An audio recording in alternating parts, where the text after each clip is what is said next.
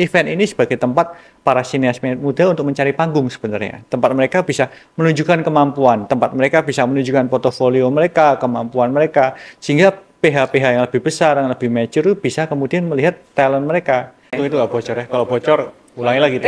Iya, ulangi lagi. Itu tuh Kak, fun fact-nya, scene pertama di The Neighbor itu, yang long take itu kita ngambil cuma 1 kali. Jadi ketika si Pak Ucup ini neriakin si cewek, itu tuh di belakang, di balik cewek tuh udah ada penghuni yang barusan dibilang. Tadi dia udah keluar, udah ngepal tangan.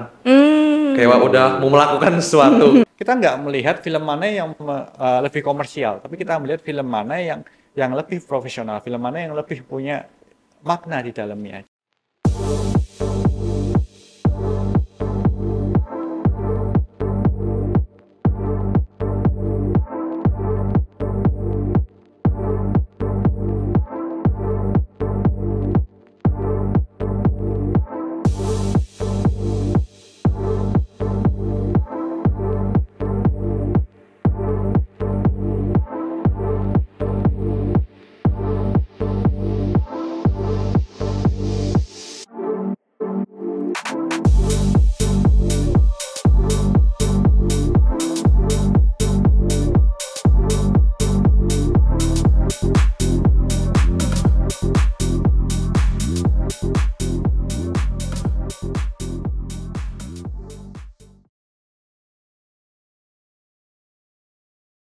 Hai Sobat Nunggu Sunset, senang sekali rasanya gue Astina Faria.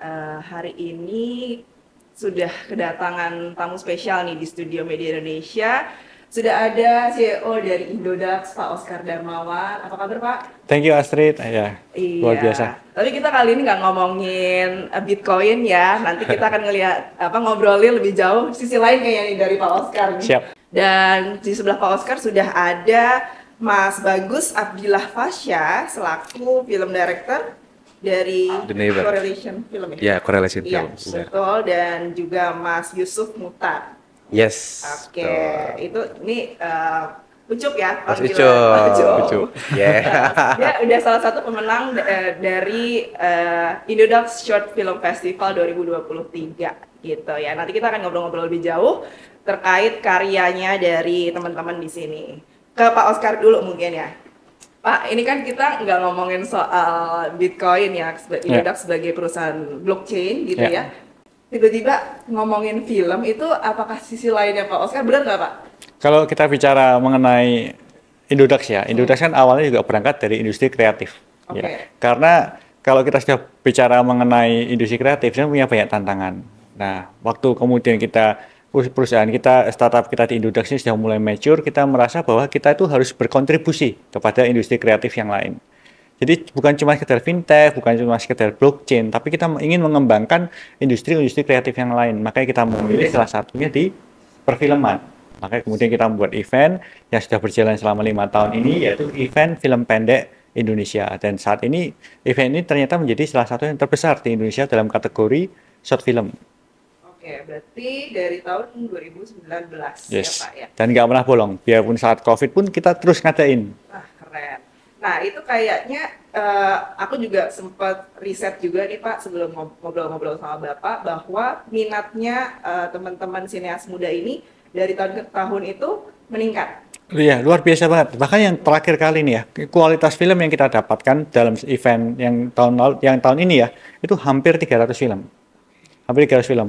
Jauh meningkat dibandingkan tahun sebelumnya yang cuma hampir 100 film gitu. Jadi jumlah film berkualitasnya itu terus meningkat dari waktu ke waktu. Secara makna mungkin Bapak melihatnya seperti apa dari ketertarikan mereka semua? Kalau secara makna saya melihat bahwa berarti event ini mulai benar-benar dikenal di kalangan para sineas ya.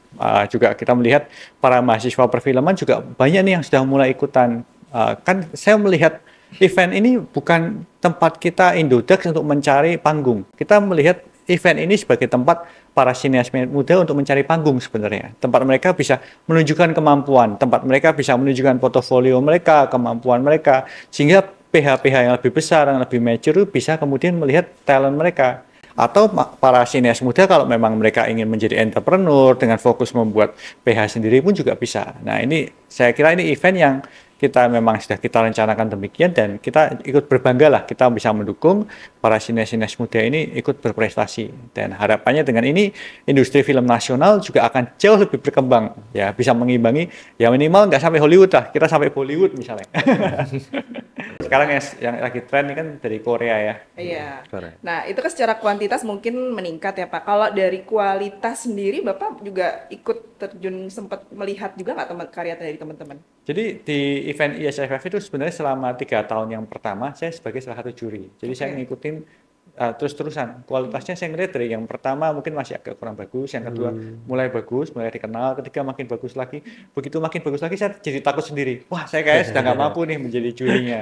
Kemudian makanya kita mengundang tokoh-tokoh para sinias yang lebih profesional untuk menjadi jurinya. Makanya di ISF yang keempat dan kelima saya nggak lagi menjadi juri.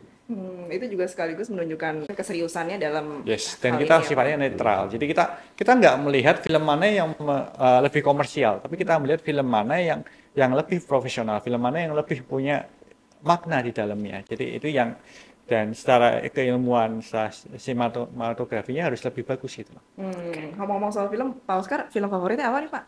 Saya penggemar film yang mempunyai elemen kisah nyata di dalamnya atau nilai histori yang lebih relate. Saya nggak tahu suka yang terlalu fiksi ya. Jadi kalau kita bicara film yang saya sangat menggemari, contohnya film Infernal Affair yang diperankan Andy Lau lah. Andy Lau. Ya, saya sih sangat menyukai film ini. Tergila-gila lah. Terus kemudian kalau film lain yang saya suka, saya sangat suka film yang settingan tahunnya di awal-awal Masehi atau tahun 1000-an, zaman-zaman kerajaan itu. Karena di situ manusianya lebih berperan, emosional lebih berperan, kemampuan manusia lebih terlihat, nggak terlalu banyak faktor teknologi ya. Ini ironis sih, karena saya bergerak di teknologi, tapi saya sukanya film yang seperti itu.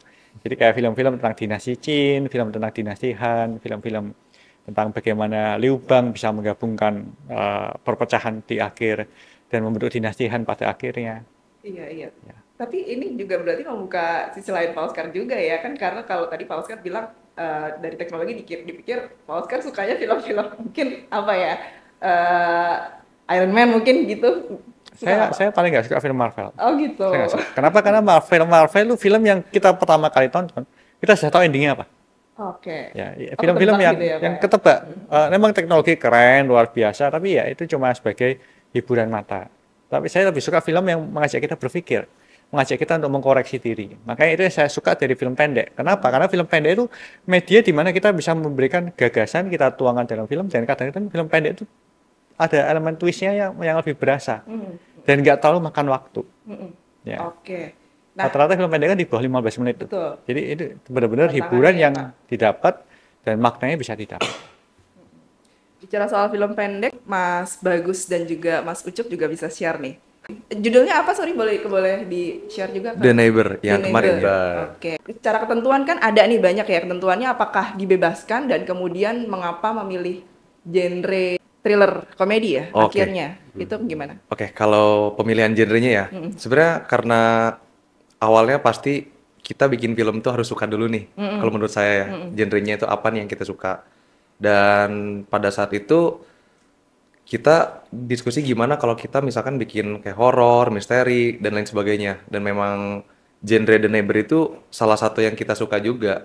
Kemudian dari apa yang kita suka, berkembang menjadi sebuah genre lain yaitu komedi. Lebih ke situ sih. Oke. Dan kesulitan nggak dalam menuangkan gagasan gitu ya di dalam film pendek? Pasti ada tantangannya sih. Karena kan durasi juga kita nggak punya durasi panjang ya.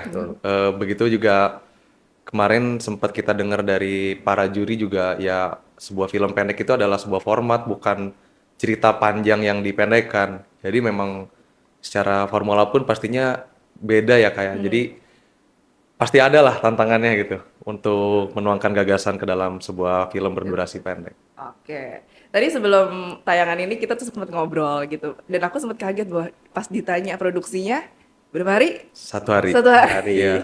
Satu hari itu luar biasa loh. Satu hari itu full seharian dari pagi sampai malam. Dari pagi sampai dini hari. Oke, sampai malam. Nah, boleh ceritain nggak maksudnya dari ide tadi, dari yang baru sekedar gagasan, kemudian dituangkan ke dalam proses produksi itu berapa lama dan kemudian proses produksinya seperti apa?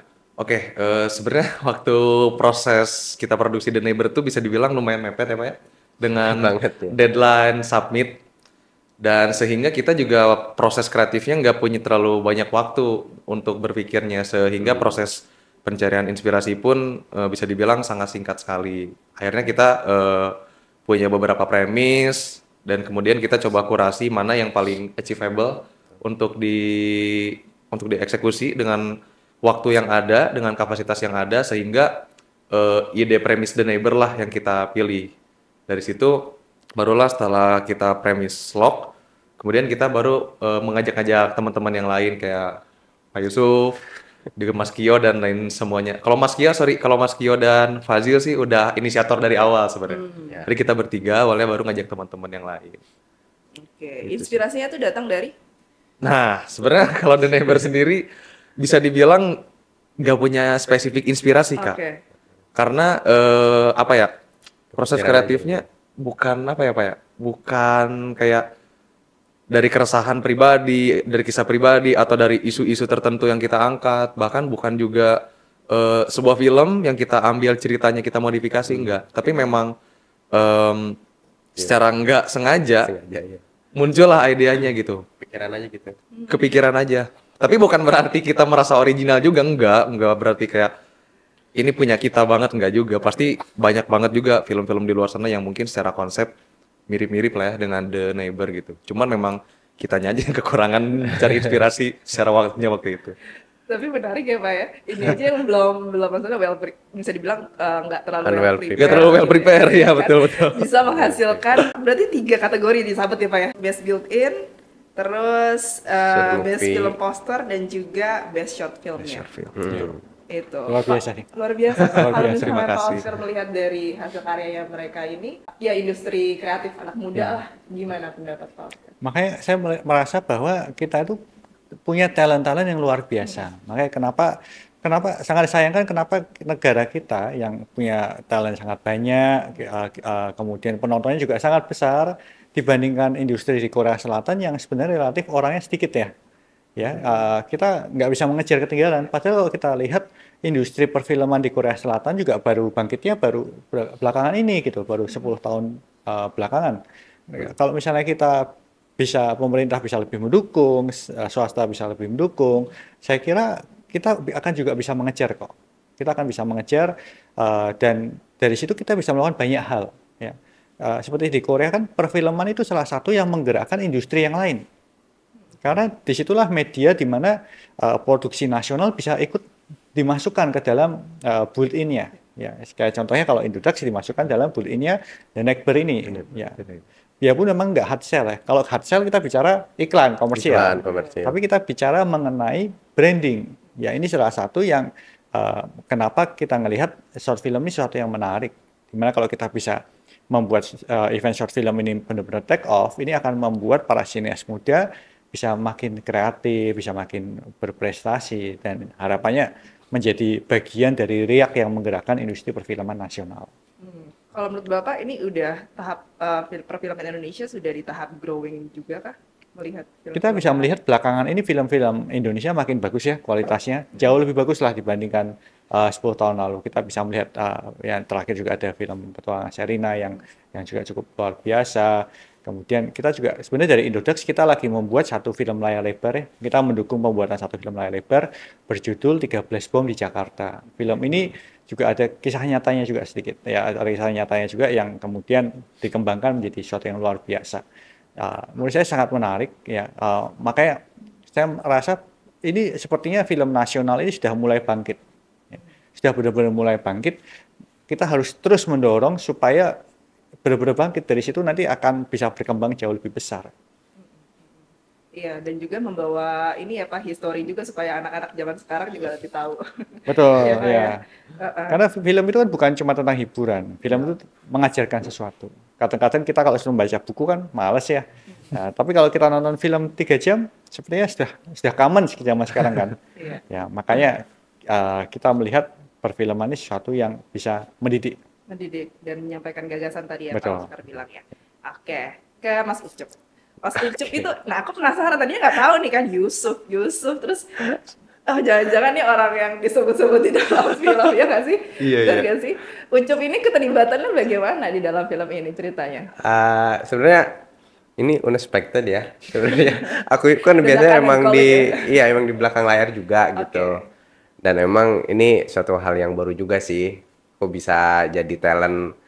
Cuma ini sebenarnya latar belakangnya agak sedikit 180 derajat berbeda ya. Di situ kan jadinya kayak pembuli gitu kan.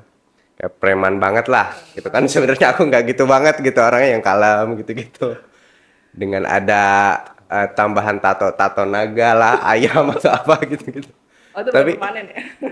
nggak permanen, tapi so far ya seru sih.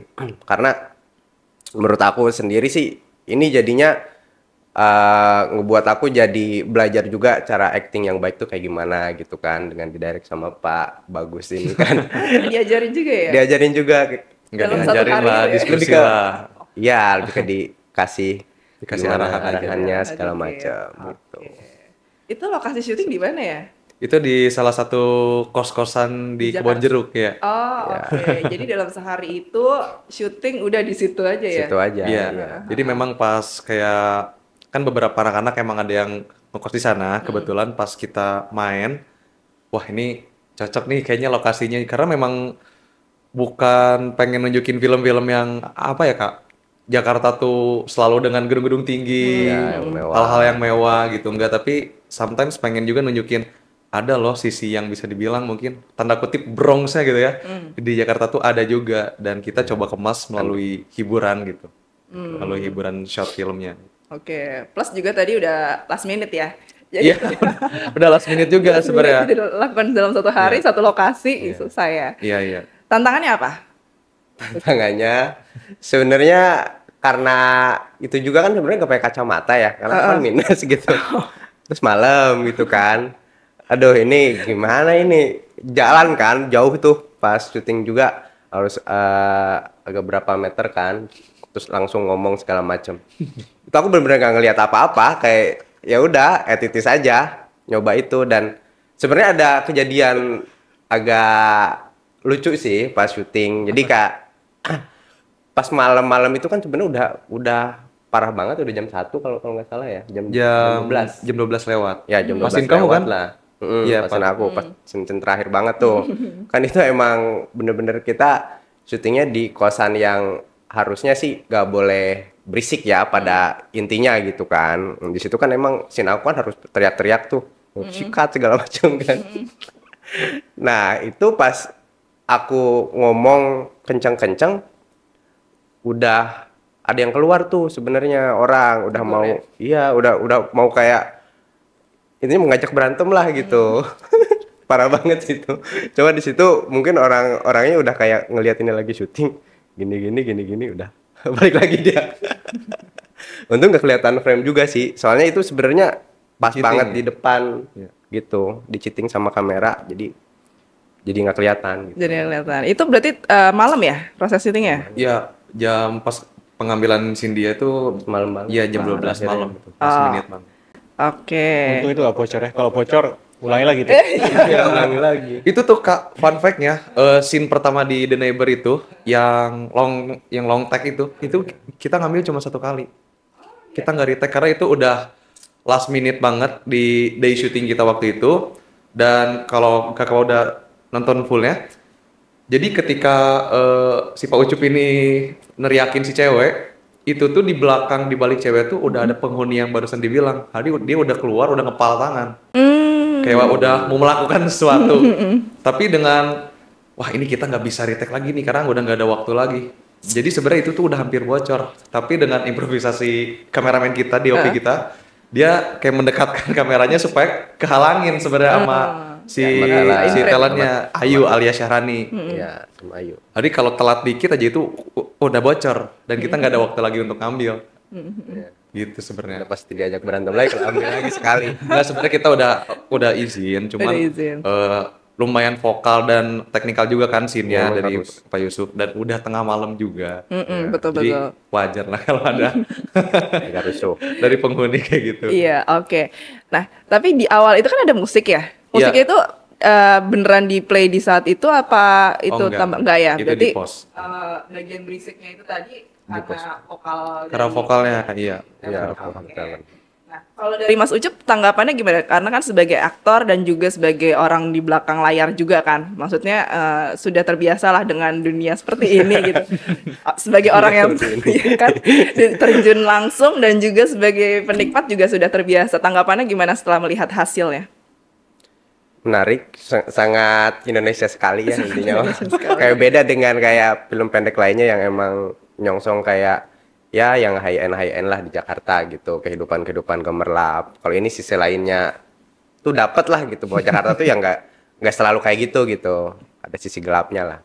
Bukan gelap juga sih, sisi lain lebih ke sisi lain aja lah. Saya sendiri selalu memandang sisi gelap atau gelapnya Jakarta ya, sisi romantismenya Jakarta. Romantisme apa ya? Kayak di film layar lebar 13 Bom Jakarta pun kita banyak memakai scene-nya di dia tuh, scene yang dipakai di sinema, sisi yang lebih bronze. Lebih bronze. Karena di situ lebih berkesan ya, lebih menarik. Ya. Lebih menarik, betul. Itu kan ciri khasnya Jakarta itu. Iya. Mungkin itu juga jadi penilaian juri juga ya dalam memilih gitu teman-teman The Nggak Neighbor. dibuat-buat gitu kan ya. Itu kan yang membedakan film kita nasional dengan film luar negeri, Hollywood ataupun Korea Selatan atau Hollywood. Mereka lebih apa adanya kan. Iya. Tapi Indonesia kadang-kadang suka memoles ya. Kadang-kadang lagi cerita kalau film-film beberapa waktu lalu ya, cerita tentang hidupnya miskin banget, lain sebagainya, kurang makan lain sebagainya. Tapi rumahnya mewah besar banget kan. Gak relevan ya? Iya, nggak lilit gitu lah ya kan. Tapi sekarang sudah mulai kelihatan, mereka apa adanya lah. Kalau menggambarkan memang agak kurang ya harusnya memang lingkungannya seperti itu gitu kan. Mendukung, jangan seperti rumah yang mewah banget tapi bilang aduh gak ada uang buat makan besok gitu. Rasanya gimana sih gitu. Pak, ini kan tema yang diambil itu adalah limitless ya. Ya. Itu mungkin dibalik dari situ ada yang ingin disampaikan dari ya kalau kita bicara tema limitless itu karena kita nggak pengen melimit. Artinya silahkan topik apa aja, konten apapun ya. Titipan kita cuma built-in kok. Bagaimana membuilt-in secantik mungkin. Kalau bisa malah nggak terlalu kelihatan bahwa itu ada pesan sponsornya. Nah, makanya juri kita juga dari Mas Angga juga menyampaikan ya, sebisa mungkin built-in-nya sehalus mungkin. Kalau memang terlalu kelihatan banget malah norak gitu kan ya. Ya. Kita harus banyak belajar lah. Industri perfilman kita harus banyak belajar dan saya percaya kita akan menuju ke sana. Oke. Kesulitan nggak buat teman-teman untuk built-in-nya tadi? Built-in ke film. Tantangan pasti ada ya Kak. Cuman kita tuh karena udah punya pakem di awal sama teman-teman correlation bahwa apa ya, kita kan baca rulesnya di website ISFF 2003 itu, dan memang ada juga kan kalau nggak salah tuh memang saya lupa kata-katanya apa tapi bisa placement Indodax tuh kayak semacam ke gelas ya Pak ya, ke baju dan lain sebagainya. Nah pakem itulah yang menjadi apa ya, yang menjadi landasan dasar kita. Ya, jadi bukan lagi kita bikin cerita gimana nih masukin Indodax-nya. Jadi kita nggak yang maler ngidul tiba-tiba bingung masukinnya dari mana. Tapi kita udah sepakat bahwa Indodax ini akan pasti masuk di dalam film kita. Yang menjadi tantangannya adalah gimana caranya Indodax ini masuk dan masih kerasa organik di dalam ceritanya.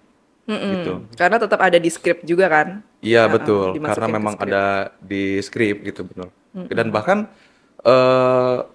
tanpa disadari ya sebenarnya di dalam filmnya itu si para pemainnya itu, beberapa pemainnya itu mostly udah menjadi pengguna Indodax di dalam si ceritanya. Kalau tanpa disadari nih, jadi bukan sebuah apa ya, bukan sebuah cerita film yang oke, kita bikin masalah nih, di tengah-tengah kita masukin Indodax dan kemudian selesai masalahnya. Enggak ada. Tapi tanpa disadarin memang dari awal tuh Indodax ini udah bersama kita. Jadi emang udah pengguna Indodax itu udah banyak di dalam si filmnya. Iya, dan itu juga mempermudah proses built-in-nya, produksinya juga kan teman-teman untuk take itu. Ya walaupun disembunyikan gitu di awal. Hasilnya nggak ada ditunjukin dulu. Oke. Nah, ini kan berarti kan sudah ditentukan ya Pak Oscar ya pemenangnya, dan sebetulnya ada kontinuitas nggak sih setelah ditentukan pemenangnya ini? Dari kita sih kita akan terus bantu mempromosikan pemenang-pemenang daripada ISFF.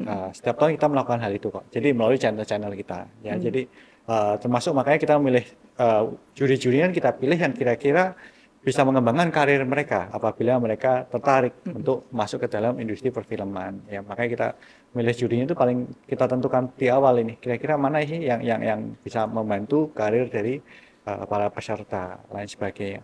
Selain daripada itu, kalau memang arahnya akan entrepreneur seperti yang saya ungkapkan, ya mungkin mereka bisa bekerja sama lain sebagainya. Ya dari sisi kita sih kita lebih melihatnya semacam itu ya. Oke. Tadi Pak Oscar sebutkan juri, mungkin ada masukan dari para juri, ada nggak? Kan pada saat awarding night itu prosesnya kan kayak satu film langsung dikomentari sama para juri. Banyak banget sih ya yang kita pelajarin dari insight-insight para juri gitu. Salah satunya sih mungkin yang paling saya ingat tuh itu dari Mbak Mira Lesmana ya, karena cukup beberapa kali nge-mention juga pada saat itu, kayak ya contohnya penulisan skenario sih Kak, kayak nggak harus selalu didetailkan, kayak contoh misalkan orang lagi nelpon mungkin, duh lama banget nih gitu, ya mungkin bisa aja dengan cukup kayak gestur dia matikan telepon, dengan dia kayak menghela nafas, dari situ pun kan udah mewakilin apa yang dia rasakan. Itu sempat di-mention sih beberapa kali bahwa penulisan skenario itu nggak harus selalu spesifik. Oke. Langkah selanjutnya mungkin dari teman-teman setelah milestone ini sudah dicapai teman-teman? Pengen bikin karya baru lagi tentunya yang lebih yang lebih level up, yang lebih baik lagi, yang lebih well prepare lagi, dan ya bisa dari milestone-nya sendiri sih ya saya harap juga nggak cuman 1-2 orang aja sih dari prestasi Indodax kemarin.